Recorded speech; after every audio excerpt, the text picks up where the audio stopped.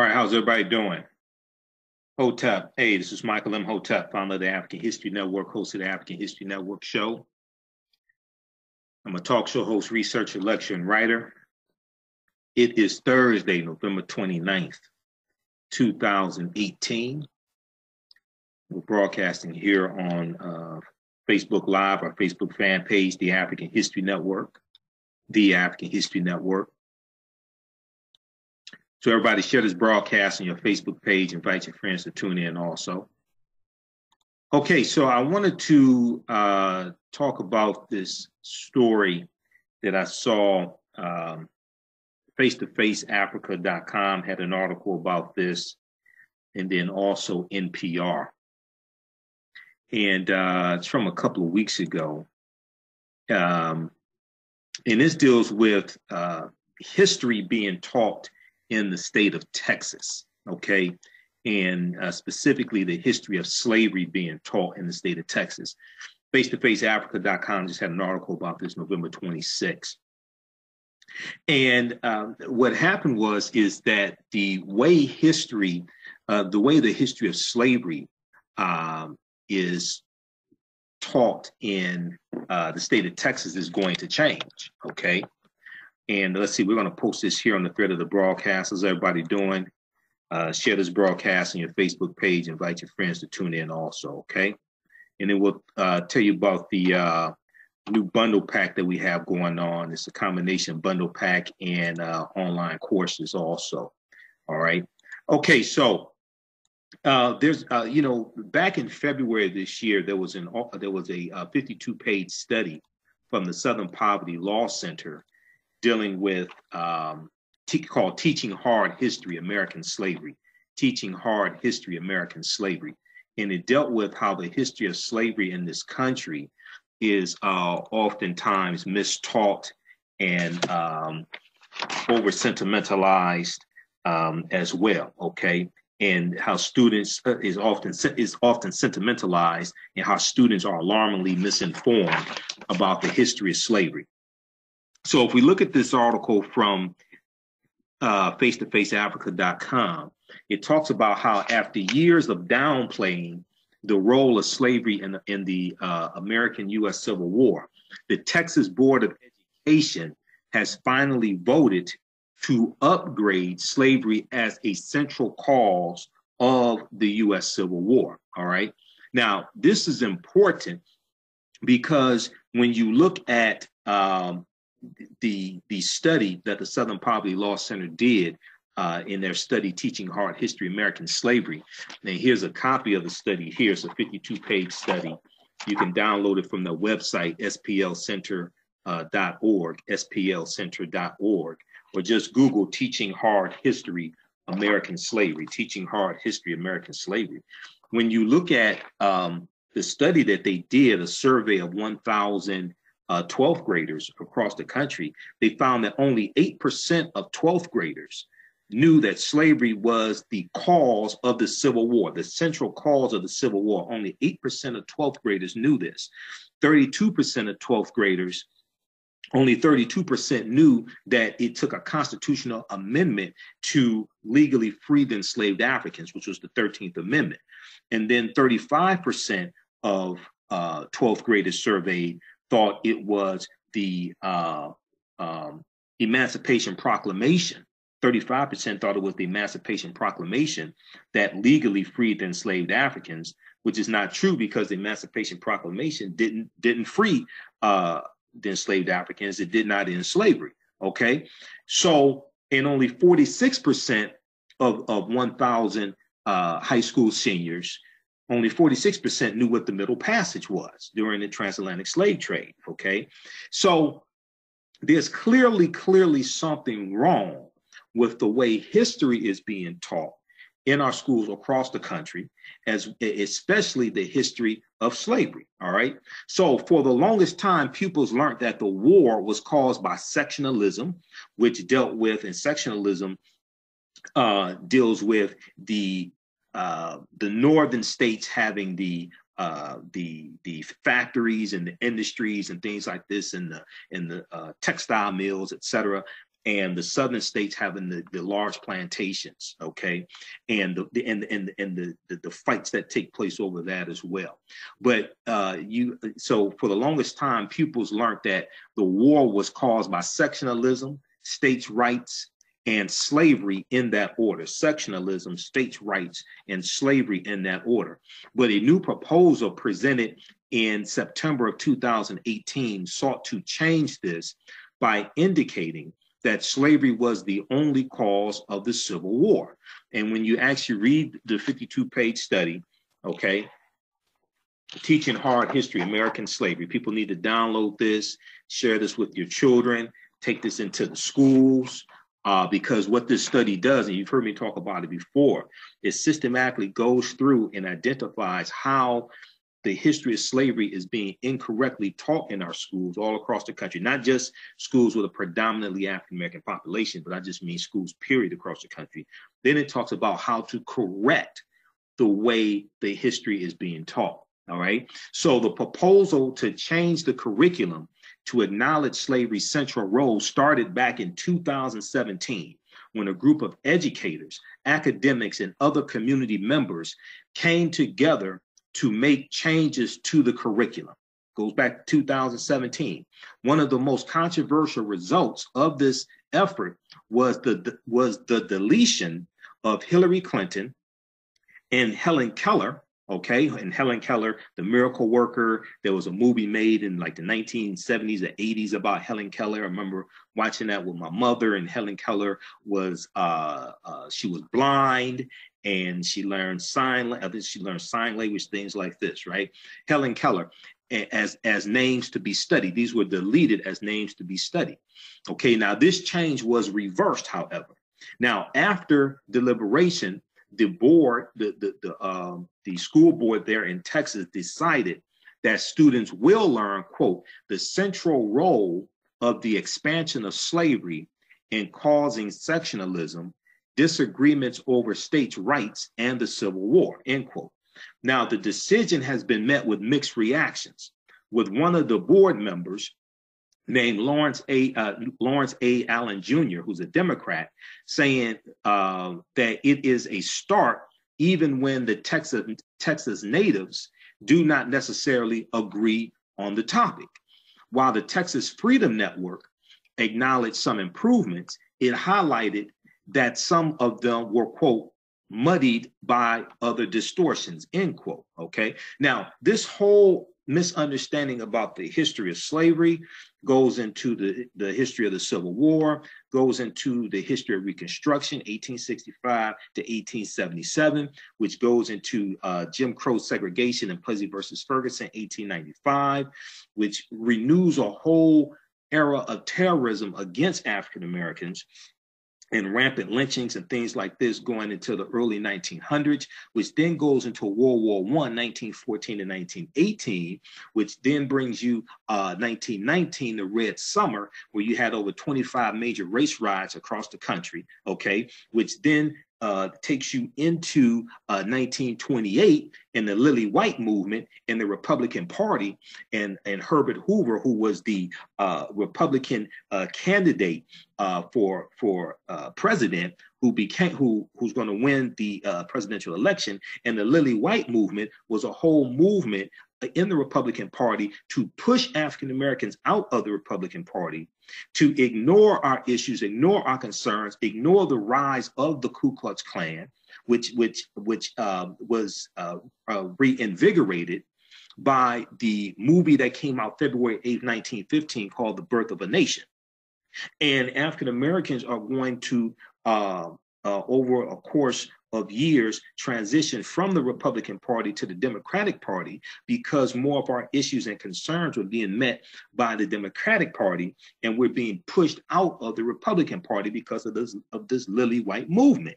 This leads to the Brown versus Board of Education, 1954 Supreme Court desegregation case, which then brings about a backlash in the South with the White Citizens Council being created in 1954 in Mississippi, and you have a rise in the number of private schools that are being opened in this country, white private schools, because white parents in the South did not want to desegregate the schools, and they create this whole voucher system to give vouchers to poor white families who can't afford to pay the tuition to the private schools, and let them come in to lock out African Americans because you have a rise in the private schools because these southern states do not want to desegregate. It was Senator Cindy Hyde Smith, who just won the election in Mississippi, who went to one of these segregation academies.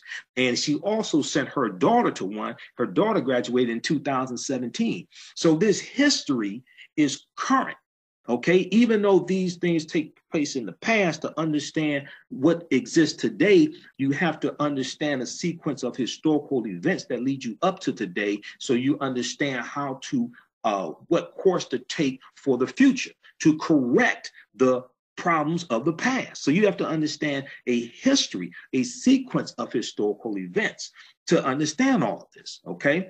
All right, so this is why what's taking place in Texas is so important. And I'm not saying it's perfect, but I'm saying it's a big step, and this change has to take place all across the country. How's everybody doing? Okay, everybody share this broadcast on your Facebook page. Invite your friends to tune in as well. Okay, and we're going to continue here. And let me post this here on the thread of the broadcast also. We have a new bundle pack. We know that Kwanzaa is coming up. Some people celebrate Christmas as well. And this is a perfect gift. Give the gift of empowerment and education. So we have the Black Panther. It's a 10-course online bundle pack and a 6 DVD bundle pack. You get a combination of online courses and DVD lectures from me. And all the courses are on demand.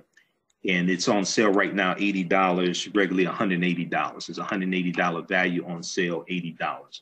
So we posted that right here on the thread of the broadcast. And we also have it at our website, AfricanHistoryNetwork.com. Okay. All right, let's continue here. Okay, so how was slavery central? How was slavery central to the cause of the U.S. Civil War? Now, the Civil War is 1861 to 1865. Okay, and when I was given that chronology of history, of course, I skipped over a number of things. Right? You go back to the 1854, the Kansas-Nebraska Act of 1854, which left up to those Americans moving out west in the Western territories. It left it up to them whether or not they wanted to have slavery in those new Western territories, as opposed to being dictated to them by the U.S. government.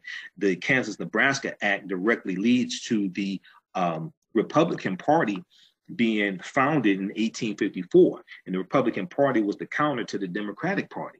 And we know in 1860, November 6, 1860, the candidate for the Republican Party named Abraham Lincoln became president-elect. Okay. And 6 weeks after that, on December 20th, 1860, South Carolina secedes from the Union because the Republican Party was the party of abolitionists. It was formed by groups of abolitionists, and they feared that Lincoln was going to free their enslaved Africans. Okay, so this is going to lead to the Civil War. You subsequently going to have 10 other states that join the Confederacy. And in April 12th, 1861, you have the attack on Fort Sumter in South Carolina, which starts the Civil War. Okay, so we have to understand this history.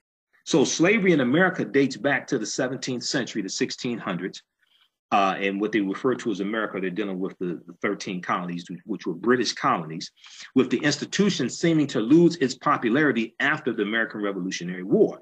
Now, American Revolutionary War, 1775 to 1783, when many enslaved African people fighting for the British against the Patriots for their freedom. However, by the turn of the century, slavery as an institution started thriving again, especially in the southern states, thanks to the production of cotton.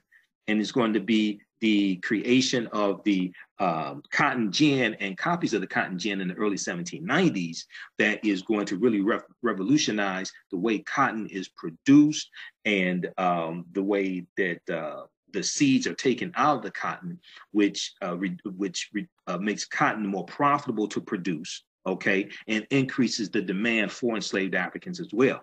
Then you have the Louisiana Purchase of 1803, where because of the Haitian Revolution and the Haitians beating the hell out of Napoleon Bonaparte, France almost goes bankrupt, so they have to sell the land that they have here in this land we call the United States of America. So the U.S. gets 828,000 square miles of land for less than 3 cents an acre. They get it for a total of $15 million, and they're going to carve out about 15 states out of this new land.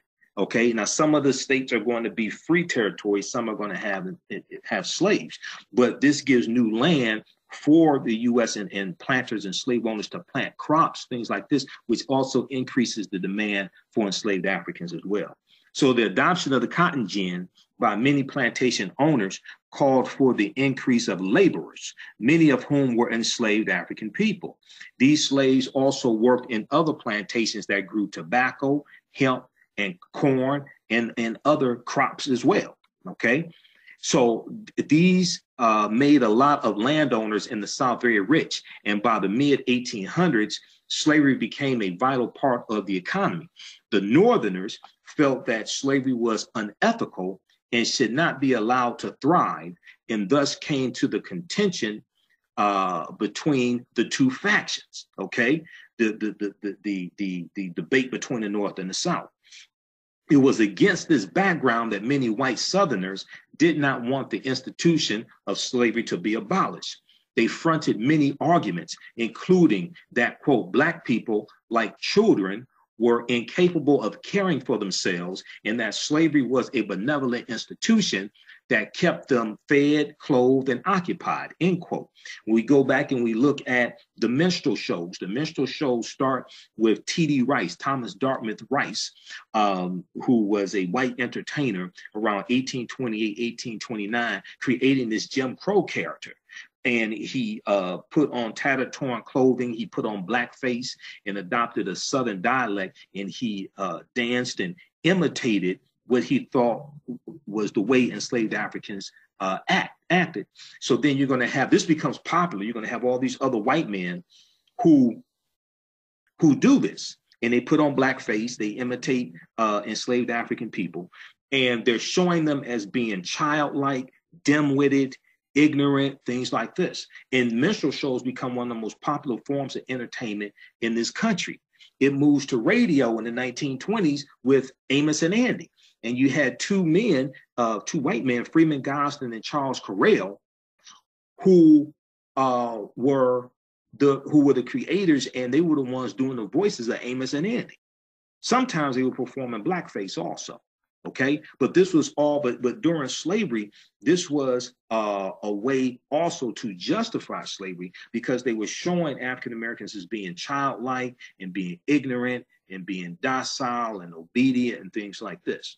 Okay, so you're going to have, from the Jim Crow character about 1820, 1829, you're going to have these other characters, the mammies and the uncles and all this stuff, all these negative stereotypical images of African Americans you're going to have created by the South to justify slavery.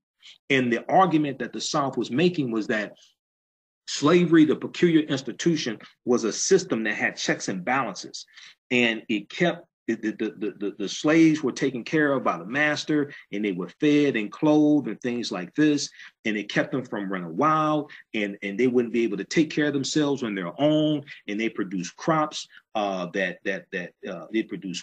then can be sent to the North.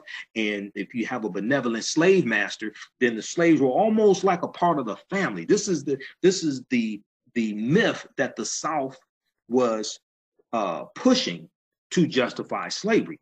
1852, Harriet Beecher Stowe comes out with her novel called Uncle Tom's Cabin, which really exposes America to the horrors of slavery. Okay, so this is one of the things that leads up to the Civil War. And the book Uncle Tom's Cabin, which comes out in 1852, helps to galvanize the abolitionist movement as well. Now, the election of President Abraham Lincoln in 1860, he became president-elect November 6, 1860, saw the secession of 11 southern states: Alabama, Florida, Georgia, Louisiana, Mississippi, where the public hanging woman, Senator Cindy Hyde Smith, just won the U.S. Senate race, right? Mississippi, South Carolina, Texas, Arkansas, North Carolina, Tennessee, and Virginia. Now, just like the United States, these Confederate states had their own government and symbols of sovereignty. They were called the CSA, Confederate States of America. Confederate States of America. In this new nation, slavery would be protected. When you read their statements of secession, okay, their statements of secession make it very clear. They were seceding from the Union, okay, to maintain slavery. And they talked about how slavery was central to their way of life, okay? And the Atlantic.com has a good article dealing with this, and I may be able to find it here in my notes. It's one dealing with, I think, why the Civil War was fought, something like that, from the Atlantic.com, okay? And they have excerpts of the statements of secession from some of the states that seceded from the Union, okay? So you can check that out. Check out the Atlantic.com, why the Civil War was fought. All right. Let's continue here. And it may be in this one here, this other notes. Yeah, why there was a civil war. The Atlantic.com, May 1st, 2017. Why there was a civil war. Because the Civil War was fought over slavery, quote, our position is thoroughly identified with the institution of slavery, the greatest material interest in the world, end quote. Mississippi declared as it seceded from the Union. Quote, the people of the slaveholding states are bound together by the same necessity and determination to preserve African slavery, preserve African slavery. This is what the state of Louisiana said in their statement of secession. Quote, the servitude of the African race as existing in these states is mutually beneficial to both bond and free, and is abundantly authorized and justified by the experience of mankind and the revealed will of the Almighty Creator, as recognized by all Christian nations, end quote, insisted Texas in their statement of secession. Read this article from the Atlantic.com, why there was a civil war for May 1st, 2017, because when you study when you read their statements of secession, they talk about preserving slavery because slavery was tied to their way of life. Okay. Now, so back to this article from the Atlantic.com. How's everybody doing? Okay. Share this broadcast on your Facebook page. Invite your friends to tune in also. All right. And if you like this type of information, you can also donate to the African History Network, paypal.me/the AHN show. PayPal.me/the AHN show. Okay. And we have a current promotion running right now as well at our website, AfricanHistoryNetwork.com. Spend $100 or more, get 20% off your order. Use promo code AHN20 promo, AHN20 off 2018. Okay. AHN20 off 2018. We'll post it here. That's going on until that's running through Monday, December 3rd. All right. So, okay, let's continue here. All right. So what followed was the amassing of weapons and building up an army, but they were not able to match the Union army. Okay. When we talk about the Civil War. Okay. So in this new nation, slavery was protected. The Confederate States of America, Jefferson Davis was elected to be the president of the Confederate States of America, the Confederacy. Now, what followed was the amassing of weapons and building up an army, but they were not able to match the Union. The Confederate States also tried to get recognition from Europe, hoping that cotton production would help sway matters into their favor, but to no avail. The war set off in 1861, but after a series of losses, the Confederacy collapsed in 1865. So the Civil War ends officially June 2nd, 1865. Now, they go on and talk about the study that I talked about from the Southern Poverty Law Center. A study released in February 2018 by the Southern Poverty Law Center, Southern Poverty Law Center's Teaching Tolerance project indicated that there was a failure to teach the nuances and accurate history of slavery in the U.S. The report highlighted that not only are students not adequately learning about this section of history, but also teachers are not well equipped to teach the topic also. Okay, so you can read this article. I've talked about some of this in the past. Download that study from the Southern Poverty Law Center, because this helps us to better teach this to our children at home and in the schools as well. I have, let me show you this here, because we have some of the information here in the presentation, PowerPoint presentation. Okay, and then NPR, National Public Radio, had an article about the one from the Southern Poverty Law, about this, what's taking place in Texas as well. They have an article about it also, which is really important. Okay, all right, we'll come to that in just a minute here.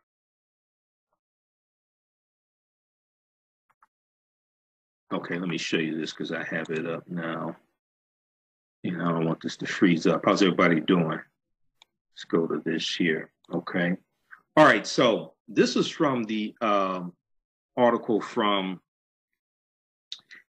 theatlantic.com. And let's see if this will come up here.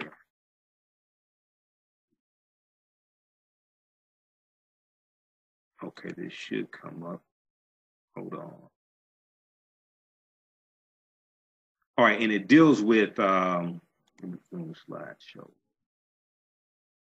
It deals with the study from the Southern Poverty Law Center, which ties right into this topic here. Okay, what are kids learning in school? What are kids learning in school? And let's try this again here.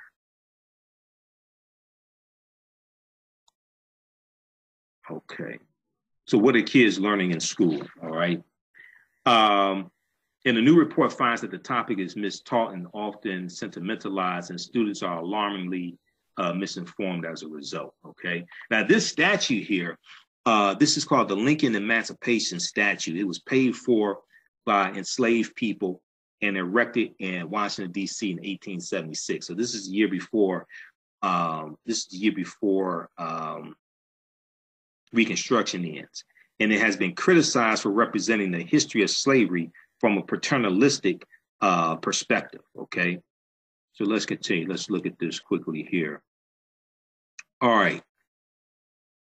So I talked about this. Only 8% of 12th graders could identify slavery as the cause of the Civil War. And the reason why this is so important is because these are people who are going to grow up to be politicians, police officers, judges, hiring managers at corporations, CEOs, etc. Okay, so when you have a faulty understanding, right, of history, then you really don't understand how we got to this point. So when it comes to things like reparations, when it comes to things like affirmative action, when it comes to the report just came out 2 days ago from the Brookings Institute, which talked about how the value of African-American households is about $609 billion. The value of African-American homes is about $609 billion, but how they are devalued because of redlining and things like this, and because of historical inequities, why there's a lack of wealth in the African-American community. So 7 problems with the current way slavery is taught. They talk about how we teach about slavery without context, preferring to present the good news before the bad news. We tend to subscribe to a progressive view of American history that can acknowledge flaws only to the extent that they have been addressed and solved, when a lot of these flaws have not been addressed and solved, okay?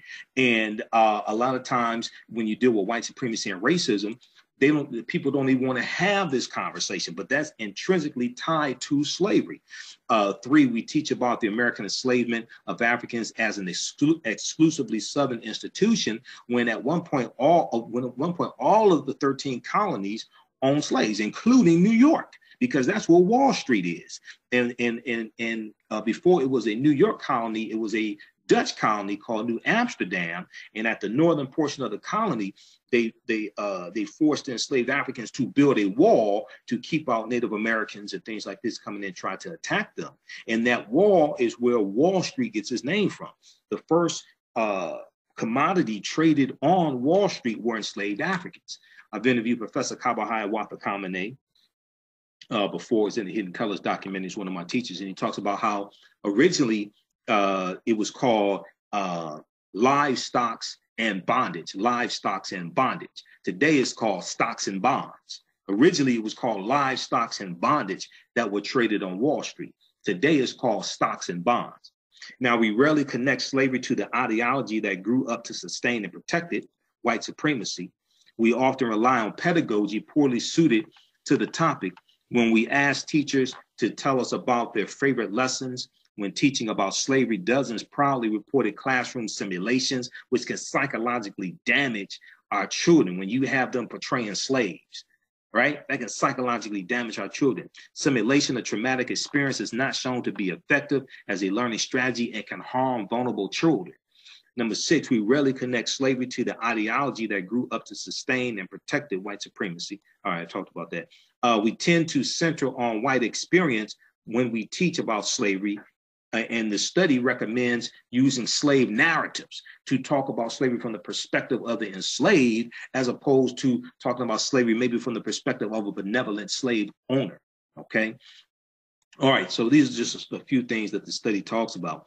And quickly, when we look at the online courses that I teach dealing with ancient Kemet, the Moors, and the Ma'afa, understanding the transatlantic slave trade, what they didn't teach you in school, you say, turn up the sound, please. I think you may have to turn up the sound on your end, okay? Can you all hear me okay? The volume is low. I don't know why the volume is low. I'm not sure why the volume is low.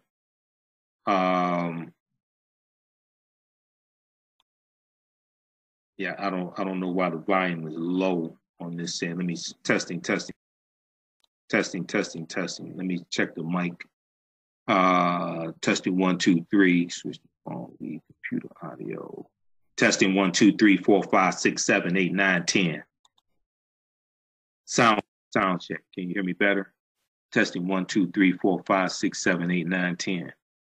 Okay, so the volume looks all right on my end. I'm looking at the mic. Testing 1 2 3. Testing 1 2 3.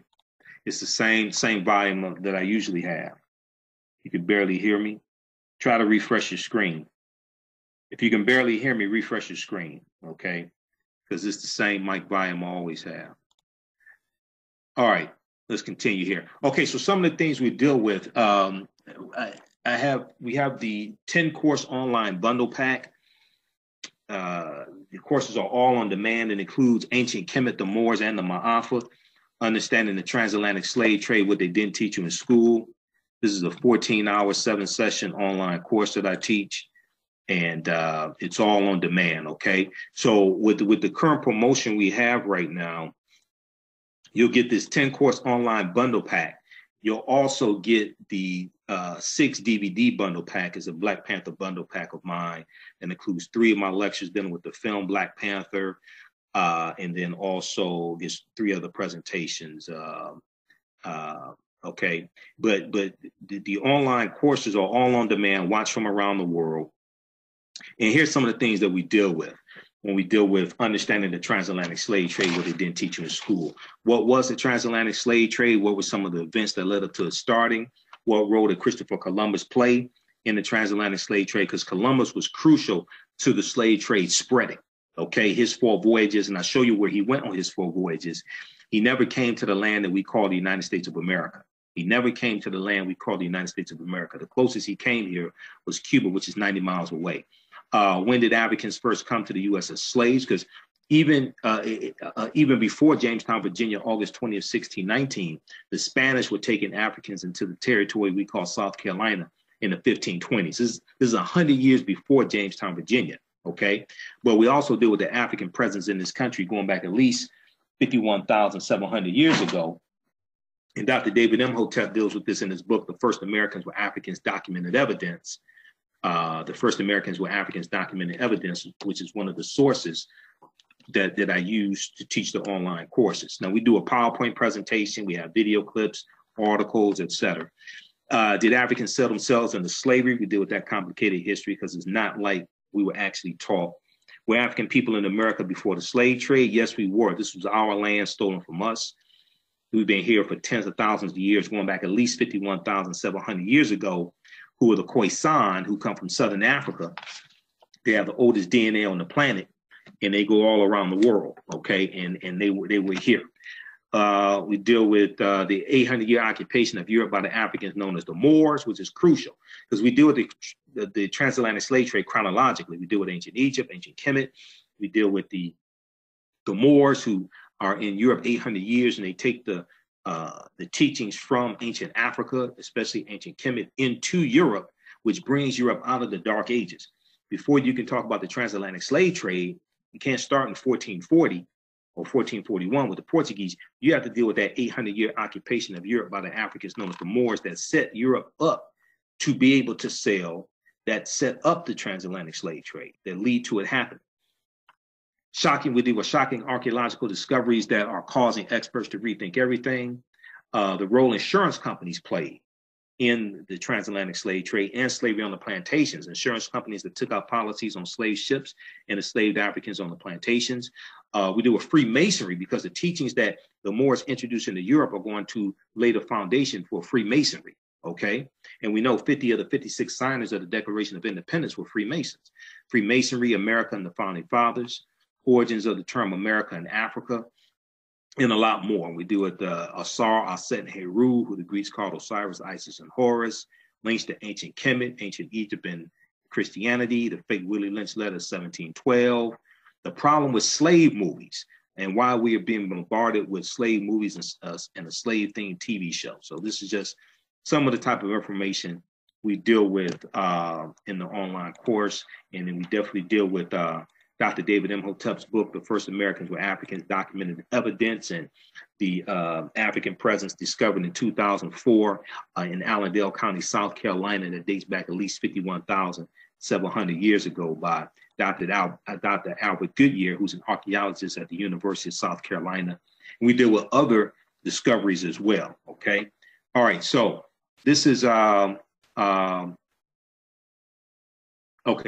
So this is on sale right now. So that's the online course that I teach, and it's all on demand.